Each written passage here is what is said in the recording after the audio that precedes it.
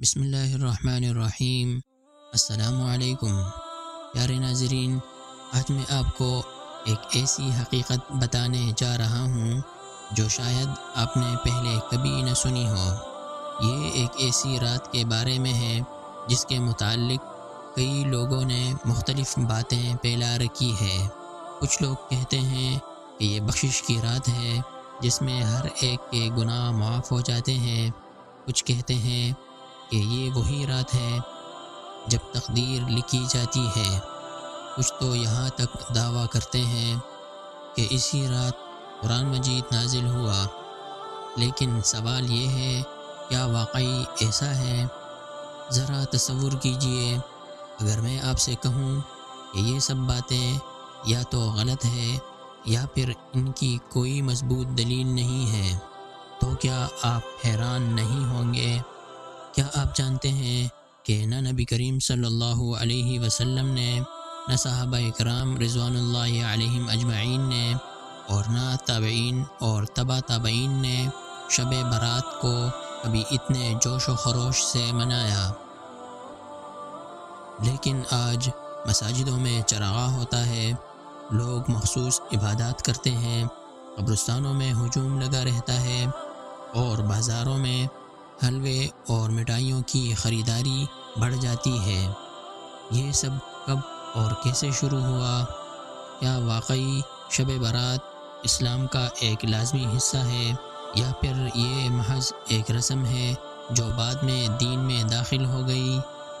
آج ہم آپ کو قرآن و حدیث کی روشنی میں وہ حقائق بتائیں گے جو شاید بہت کم لوگ جانتے ہیں، اور یہ ویڈیو دیکھنے کے بعد آپ کا شب برات کو دیکھنے کا نظریہ ہمیشہ کے لیے بدل جائے گا۔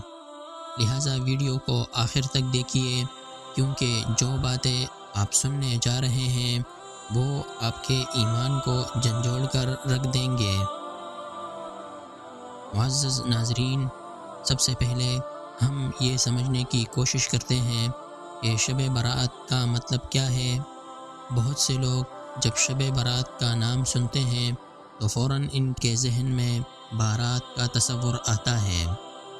وہ سمجھتے ہیں کہ یہ بھی کسی شادی کی بارات کی طرح خوشیاں، چراغاں، پٹاخے اور تقریبات کی رات ہے۔ لیکن حقیقت یہ ہے کہ یہ بارات نہیں بلکہ براءت ہے۔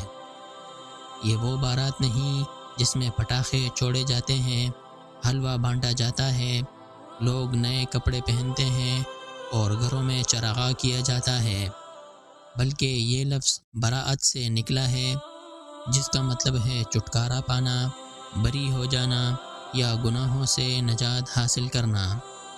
لیکن سوال یہ ہے، کیا واقعی اس رات میں گناہوں سے خلاصی ہو جاتی ہے؟ کیا واقعی ہر انسان کے گناہ معاف ہو جاتے ہیں؟ کیا یہ نام قرآن و حدیث میں آیا ہے؟ کیا نبی کریم صلی اللہ علیہ وسلم نے اس رات کے بارے میں کبھی کوئی خاص اعلان کیا؟ بالکل نہیں۔ کیا صحابہ اکرام رضوان اللہ علیہم اجمعین نے کبھی اس رات کو خاص طور پر منایا؟ بالکل نہیں۔ تو پھر یہ رسم کہاں سے آئی؟ یہ جاننے کے لیے ہمیں تھوڑا پیچھے جانا ہوگا، دین اسلام کے ابتدائی زمانے میں۔ شب برات اور قرآن کا نزول ایک غلط فہمی کی حقیقت۔ بعض لوگ یہ دعویٰ کرتے ہیں کہ شب برات میں قرآن نازل ہوا تھا، لیکن کیا واقعی ایسے ہوا؟ آئیے قرآن کی روشنی میں دیکھتے ہیں۔ اللہ تعالیٰ فرماتے ہیں، بے شک ہم نے اسے شب قدر میں نازل کیا، سورۃ القدر۔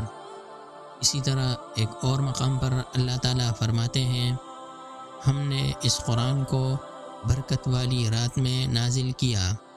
اب سوال یہ ہے کہ یہ برکت والی رات کون سی رات ہے؟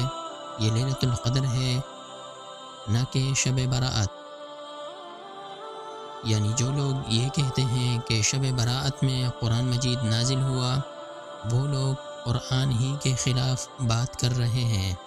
شب برات میں تقدیر کے فیصلے حقیقت یا افسانہ؟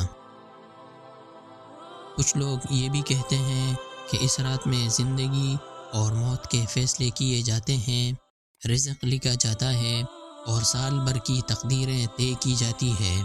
لیکن قرآن میں کیا لکھا گیا ہے؟ اس رات میں ہر حکمت والے کام کا فیصلہ کیا جاتا ہے۔ یہاں یہ رات سے کیا مراد ہے؟ مفسرین کا اتفاق ہے کہ یہ لیلۃ القدر ہے، نہ کہ شب برات، یعنی شب برات میں تقدیر کے فیصلے ہونے کا نظریہ غلط ہے۔ شب برات میں عبادت کی حقیقت، صحیح اور ضعیف روایات۔ اب آتے ہیں اس سوال پر کہ کیا شب برات میں عبادت کرنا درست ہے؟ اس بارے میں کچھ روایات موجود ہیں، لیکن اس میں کوئی صحیح حدیث نہیں ہے۔ مثلا بنو کلب کی بکریوں کے بالوں کے برابر گناہ معاف ہوتے ہیں، یہ ضعیف روایت ہے۔ اللہ تعالیٰ اس رات میں سب کی مغفرت کر دیتا ہے سوائے کینہ رکھنے والے کے، یہ بھی ضعیف روایت ہے۔ محدثین کے نزدیک ان میں سے کوئی بھی حدیث صحیح نہیں ہے، لیکن جمہور علماء کہتے ہیں کہ چونکہ ضعیف روایات کی کثرت ہے، اس لیے انفرادی طور پر عبادت کی جا سکتی ہے، لیکن اجتماعی عبادات بدعت ہیں۔ شب برات میں پائی جانے والی بدعات: حلوہ اور مٹھائی تقسیم کرنا۔ کیا نبی کریم صلی اللہ علیہ وسلم نے کبھی ایسا کیا؟ ہرگز نہیں۔ کیا صحابہ کرام رضوان اللہ علیہم اجمعین نے یہ کیا؟ ہرگز نہیں۔ اچھے کپڑے پہن کر شب برات منانا، یہ رسم کہاں سے آئی؟ اسلام میں اس کی کوئی بنیاد نہیں ہے۔ قبرستان میں جانا اور چراغاں کرنا، یہ سب دین میں اضافہ ہے۔ حدیث میں آیا ہے، جس نے دین میں کوئی نئی چیز ایجاد کی وہ مردود ہے۔ بخاری و مسلم۔ صحابہ اکرام کا عمل سب سے بڑی دلیل ہے۔ نبی کریم صلی اللہ علیہ وسلم نے کبھی اس رات کو خاص نہیں کیا۔ حضرت ابوبکر صدیق رضی اللہ عنہ نے کبھی اسے نہیں منایا۔ حضرت عمر فاروق رضی اللہ عنہ نے کبھی اجتماعی عبادت نہیں کی۔ حضرت عثمان رضی اللہ عنہ، حضرت علی کرم اللہ وجہہ، حضرت حسن، حضرت حسین رضی اللہ عنہما، سب کا یہی عمل تھا۔ تو کیا ہم صحابہ سے زیادہ دین کو جانتے ہیں؟ اگر نہیں تو پھر یہ سب رسمیں کہاں سے آئی؟ شب برات کو صحیح طریقے سے منانا۔ اگر کوئی انفرادی طور پر نفل، استغفار اور قرآن مجید کی تلاوت کرنا چاہے تو کر سکتا ہے۔ زیادہ سے زیادہ اللہ سے مغفرت طلب کریں، سچی توبہ کریں اور صدقے دل سے دعا کریں۔ لیکن مسجدوں میں اجتماعی عبادات، مخصوص ذکر، مخصوص نمازیں یا قبرستان میں چراغاں کرنا سراسر بدعت ہے۔ آج ہم نے دیکھا کہ شب برات کے بارے میں بہت سی غلط فہمیاں پائی جاتی ہے اور زیادہ تر روایات ضعیف ہے۔ یہ رات عام راتوں کی طرح ہے۔ اگر آپ عبادت کرنا چاہیں تو انفرادی کریں، مگر اسے لازم نہ سمجھیں۔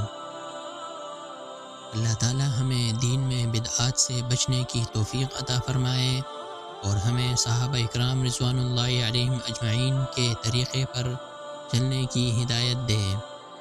آمین۔